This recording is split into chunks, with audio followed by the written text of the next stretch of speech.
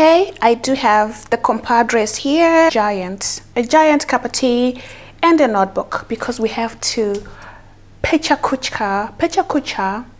I don't know how my Japanese friends.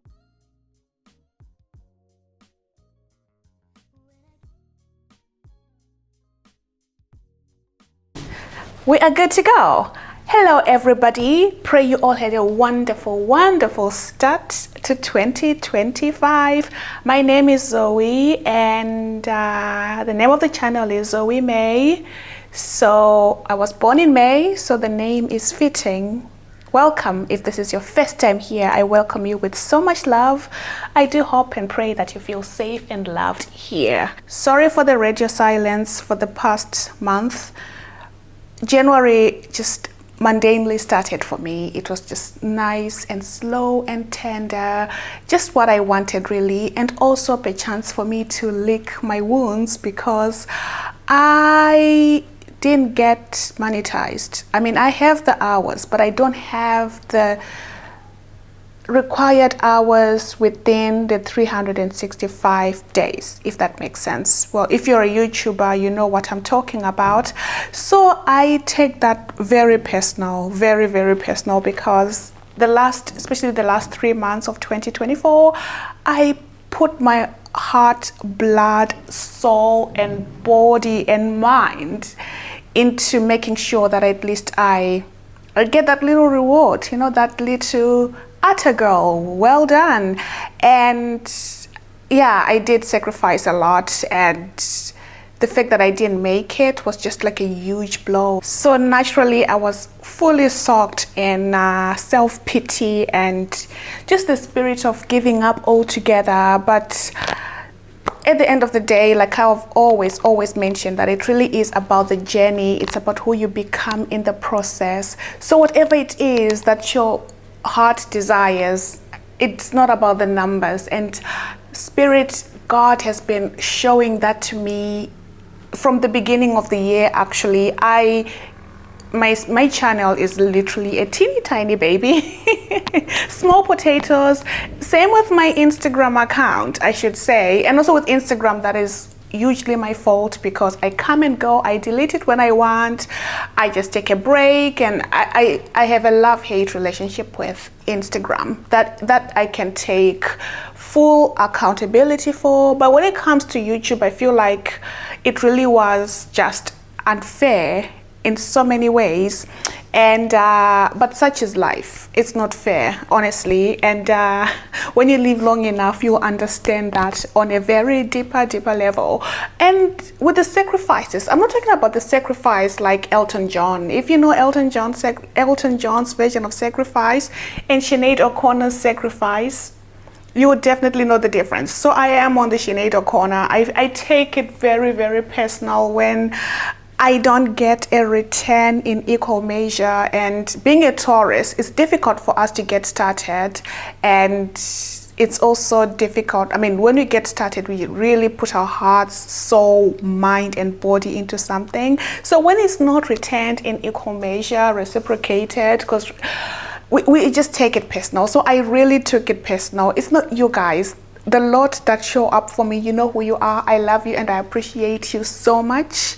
So yeah, that explains my little wee break, I should say. And also because I did put a lot of sweat into creating content with travel content that was new to me, so that really exhausted me, and I just wanted a break. Really, I felt like it was well deserved, despite the fact that I didn't cross the Rubicon. So yeah, enough yabbering for now. Like I said, pray you all had a wonderful start to 2025.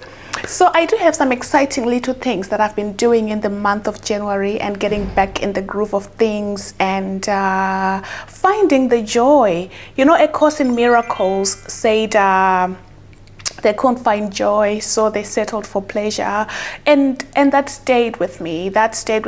And it really changed the way I see things. And also it came at the time when I did the science of well-being course as well, and the fusion of those things. And connecting with God and being more spiritual and being more grounded, and yoga and all those philosophies, it really shapes you into being the happier version of yourself, because you have to be intentional about it. So I do have a few things. I can't picture kucha this thing. I do have some bullet points with me here, but a lot of the things that I'm just going to say, I'm just going to flow with it. It's the first video of the year, so let's just, I don't know, touch base, I should say. But I do have my notes per chance for me, to talk your ears off. Finding your tribe. So whatever excites you, whatever tickles your fancy, be it a hobby, be it, I don't know, things that you like, things that just make you happy. I always love to think of Elizabeth and Mary when they met while they were pregnant. I don't think either one of them knew that they were pregnant, but the babies in their bellies, they leapt with joy when they got together, probably when they hugged, and they were just so happy to see each other. And those are the people that will excite you, the people that you connect with on that deeper level, and people who will sort of leave a deposit in your life. And so whether it's through travel, whether it's through sports, whether it's through journaling, one of the reasons why I was thinking that God was literally speaking to me and telling me to come back to creating content was because last week actually, yes, one of my lovely followers on Instagram, we follow each other, she's amazing. She just randomly sent me a message saying, do you want me to send you a letter? And that ministered to me. Simple words, but they went back to my childhood. They healed my inner child. I used to have pen pals that I loved. To this day, I still remember their names, and it really made me realize that it's really not about the numbers, but it's about the quantity, it's about the quality of people that you connect with. And it moved me like on a deeper level. For her, she was just being sweet, but for me, like I said, she really went through the years, and it was just that warm hug, virtually. So yeah, never underestimate your goals, never underestimate your hobbies, never underestimate the things that makes you you, the things that makes you unique, because they'll lead you to your people. Like I said, whether it's on travels, you're going to meet like-minded people. I have a small channel, like I mentioned, and I've met a handful, not a lot, just a handful of my subscribers, of people who have come across my channel. Some of them have come and said hello to me. Some of them were shy, and I'm like, you don't have to be shy. It's okay, we can be shy together. I'm the most socially inept person. I'm very introverted and extremely shy. That's why I always spend more time talking to the camera than I do with people. And yeah, so he sent me a message. He's like, yeah, I saw you at this place and I was shy, I couldn't come say hello. I'm like, do it. We can be awkward together, we can be shy together, because I'll be worse, 10 times worse than you are. But this is how we connect with our people, this is how we find each other. So whatever it is that you like, don't undermine the things that excite you, the things that makes you you, the things that excite you, the hobbies, because they will lead you to your people. And when they do, when those meaningful quality people that are going to make the little baby in you dance, they're going to make such a massive deposit, and it's just going to make your day and possibly be very instrumental when it comes to inner child healing, if you're into that kind of stuff, and it just add on to your cup of happiness. So continue to share your weirdness, continue to share your awkwardness. It's okay. Like I said, it's not a numbers game. Numbers do matter, obviously, when it comes to conversion and stuff, but when it comes to meaningful connections, the people that are meant to connect with you on that deeper level, they will definitely connect with you. Another example that I can give you, this one is kind of embarrassing, but it's very profound, in my books at least. I came across the mayor of Casterbridge on a donation shelf in Dubai. They have these donation shelves where you can sometimes donate 10 dirhams, or maybe just take the book and maybe return it, or maybe put something else. So they're all over the place. It's a fantastic thing. So if you're a bookworm, obviously look out for those. So I came across Mayor of Casterbridge by Thomas Hardy, and I was familiar with his work. in the sense that I knew of Thomas Hardy, but I'd never really taken a deep dive into his work. And then I read The Mayor of Casterbridge. It completely opened my eyes to a new world altogether, because he creates this rural area from scratch, and Thomas Hardy is very real. He doesn't have any romance or rose tinted glasses, if you will, and you call a thing, and there's something so real and human about his characters. He's not fluffy. So that sharpness of his pen led me to Bathsheba, Far from the Madding Crowd. And now, because I had read those two books and I kind of liked, like I said, the sharpness of his pen, it led me to a guy that I actually instantly had a crush on. This is the second time I'm confessing to having a crush on somebody. But we're friends now, aren't we? So we can be awkward together. So his name is Benji. Benji does hardcore literature. He oozes with knowledge, and he breathes literature. If you want to get back into reading, I highly recommend it. You'll just get lost in his blue eyes, and oh my god, yes. So anyway, he was talking about some of the books, and then I commented. I did comment, and then I told him that I'm still reading. I think I was still reading Far from the Madding Crowd. So I told him that, and then he said he also suggested Tess of D'Urberville's.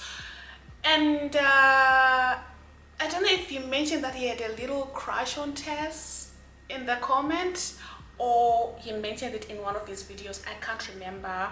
I didn't butcher it. I didn't make a journal entry. It should have. So anyway, as you know, Dubai, it's either too hot or too humid. So during the weekends, usually we'll just wind up at Dubai Mall. So it was one fine Saturday. It's hot and humid. It's either the beach club or you go to the mall. Obviously I opted for the mall, and would always go to Pole Cafe, then we wander, then end up in Kinokuniya. That has always been our destination, final destination. To this day I still do the same, like in KLCC. I'm always there. Pleasure. Thank you so much. And then I picked up Tess, but at the back of my mind I was like, how could he? I have a crush on him. Why would he have a crush on Tess? Who is this Tess? Not in a jealous kind of manner, but I was really fascinated with finding out who she is. And obviously Benji is wonderful. Who wouldn't love him, right? So his name is Benjamin. I don't know why I'm calling him Benji. Oh god, sorry. Anyway, and so anyway, I picked up Tess, and I think I read it in 4 weeks time or less than that, and I wept, and to this day Tess also stayed with me. To this day I was like, I understand. I mean, I was never jealous or anything, but I do get why Benjamin would sort of say, you know, he fell for her, because I too fell for her. And I mean, the system failed her, society failed her, socialism failed her, her own family failed her. So he suggested that book, right? And it made a profound impact on me. And whatever you suggest, whatever I can get my hands on, if I have the time and the means to get into it, I do. And it's a beautiful connection in the sense that it makes me better, it makes me study more, it makes me read more, it makes me want to be the best version of myself. So when you find your people, like I said, the ones that really don't just excite you, because excitement is surface level. That's like my next point anyway. It's exhausting, and then you move on to the next, and then you click on the next. But if it's really connected to your soul, you're going to want to study more. You're going to want to follow the breadcrumbs, not in the manner of Hansel and Gretel, obviously being trapped by the witch, but you want to follow that curiosity. You want to follow that excitement and expand on it and study it and see where it takes you. So yeah, it's not about the quantity of those kind of connections. It really is just about the quality and the impact. Great expectations. Inspired by Pip, inspired by Philip. When he was introduced to Herbert, the first time meeting Herbert, he was introduced to Herbert, right? And Herbert was talking about his future plans and how he's gonna go to the Indies and import silk and drugs and gold and all those wonderful plans. And then so Pip said, oh, so the profits are going to be large. He was leaning back on his chair while he was explaining all this, right? And then Herbert replied, yeah, the profits are going to be tremendous. And Pip looked at this guy as he was leaning in his chair. He looked at Herbert and said, these are expectations greater than my own. And we all know that Pip had great expectations. So the point I'm trying to drive home is small beginnings are better than no beginnings. Never despise the days of small beginnings. Like me in this case, abandoning a channel that is 1,000 subscribers because it looks like small potatoes, and also it just turned 4, by the way. Happy birthday to the little corner of the happy birthday to me. Yep. Yes. And I'm thinking, do we continue? Do we give up? Because like I said, it looks small and it's 4 years old. Is it ever going to happen? But once again, it really is about who you become in the process. So start small so that you won't give up in the process. Do as much as you can, as little as you can, whether it's taking down the notes so that you can remember your bullet points, or maybe just showing up. That's all that is required from us, and then every day we get better and better, and that's how we become the best versions of ourselves. But we don't have to start too big. You can't scale the mountain in one day's time. Take it easy. Whether it's traveling, start by going to the next city, and then from the next city go to the next country, and then work out the finances, work out this, and see what you like, what turns you on, what excites you, what makes the baby in that belly dance. Yeah. So despite your deficiencies, despite the challenges you're going to come across, it really is about showing up. And also the sad thing about giving up is that it's not just about giving up on yourself, but it's also about losing respect for yourself. I mean, for instance, I lost respect for myself when I was battling every day with God, saying I don't want to create content. I mean, I tried to vlog and I'll just give up along the way, or maybe I'll just forget altogether. And you lose that sense of respect for yourself. Whereas if you strengthen that muscle, that confidence muscle, and just keep on going, keep on showing up, you're going to inspire the other areas of your life. You're going to realize that I have accomplished this and this. I have said I'm going to film, I'm going to go to the gym, I'm going to walk at least 10,000 steps a day, I'm going to swim at least 10 laps a day. And actually doing that actually strengthens you and pushes you to go further and to do more. You cannot talk your way out of taking baby steps. It's just impossible. People say that of all the swindlers in the world, there's nothing worse than a self-swindler. You know the desires of your heart. You know the things that you want to do. You know what you want to go after. You know the things you want to accomplish. So just show up every day and just do a little bit, even if it's just research on wherever you want to go, whatever you want to study, Coursera, you name it. It really is just about not self-swindling, because of all the swindlers in the world, there's nothing worse. That is the unqualified, simplest truth when it comes to taking baby steps. You can't talk yourself out of taking baby steps. You just cannot. You cannot. So here I am showing up, doing my baby steps. So let's do baby steps together in 2025. Minor modifications to diet. This has been a game changer, because as we get older, food becomes medicinal. Food is everything, and what you put in our body is going to show up on your skin, it's going to show up on our eyes, it's going to show up on our nails, it's going to show up on our moods, it's going to show up in our sex drive, it's going to show up in our sleep patterns, it's going to show up in even when you use the loo, when you use the bathroom. Like I said, we can be real with each other. We're just going for it in 2025. So do make sure, by all means, again, make minor modifications to your diet. There's so many resources that I love that are abundantly available to all of us. MD, WebMD is fantastic, and Dr. Berg has been in service and just doing God's work literally for years and years and years, and you'll be amazed by what you can extract. So I like to sort of come up with a plan. What am I working on? What do I really need to change? And then do baby steps as well. So for instance, for me, my biggest concern, because I am a Taurus, like I said, I'm as Taurus as they come. When we start Taurusing, we don't stop. The problem is getting started. So I am disciplined in so many other areas in terms of diet. I mean, I do eat junk. I love a good old McDonald's every now and then.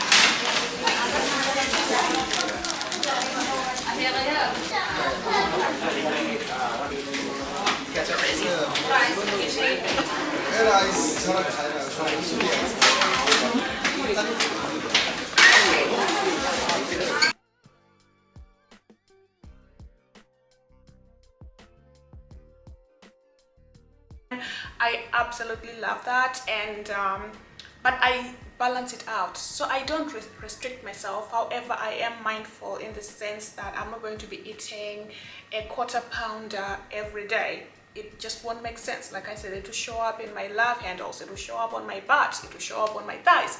So again, do what works for you. Find out, like for me, I wanted to target hair, for instance. I'm a wig wearer, so I went through January. I wore the wigs probably twice, if I'm not mistaken, at the most 2 times. I think, yeah, 2 times. And the rest of the time I was just wearing my hair. So because of the changes I made, I didn't wait for January to sort of implement what I discovered in terms of diet, the notes I've been taking. I started in November. So what happened was I started having neck hairs, like neck, you know, like at the bottom of the neck. You know, you do have neck hairs, right? But then like slightly below, I didn't even know I had hair follicles on that part of my neck until the hair started sprouting. You know, think of it as a bank account that is dormant. There's no activity, but it's not closed, so it's there. So the same with my follicles. I had these little follicles, and suddenly they started sprouting hair, and I'm panicking and I'm thinking to myself, I can't wear my hair up, because if I do, they curl up, you know, like they wrinkle, they curl because they cannot go up, they're too short. And I was thinking, do I shave it off? Do I get it lasered? Although with laser, I'm not consistent. I think I only did 2 sessions and I gave up. Why should I keep on going back and back and back? I might as well just shave it. If you're not gonna take it all at once, if I have to be committed to it and back and back and back and back, I'm not gonna bother. So I stopped doing that, right? So now, with these hairs, I was thinking, do I shave it off or do I leave it? Because I was consistent with my little diet plan, restoring the perimeters, the circumference of my hairline, because being a wig wearer, it gets affected. I don't know if it happens to other African girls, but it was starting to happen to me.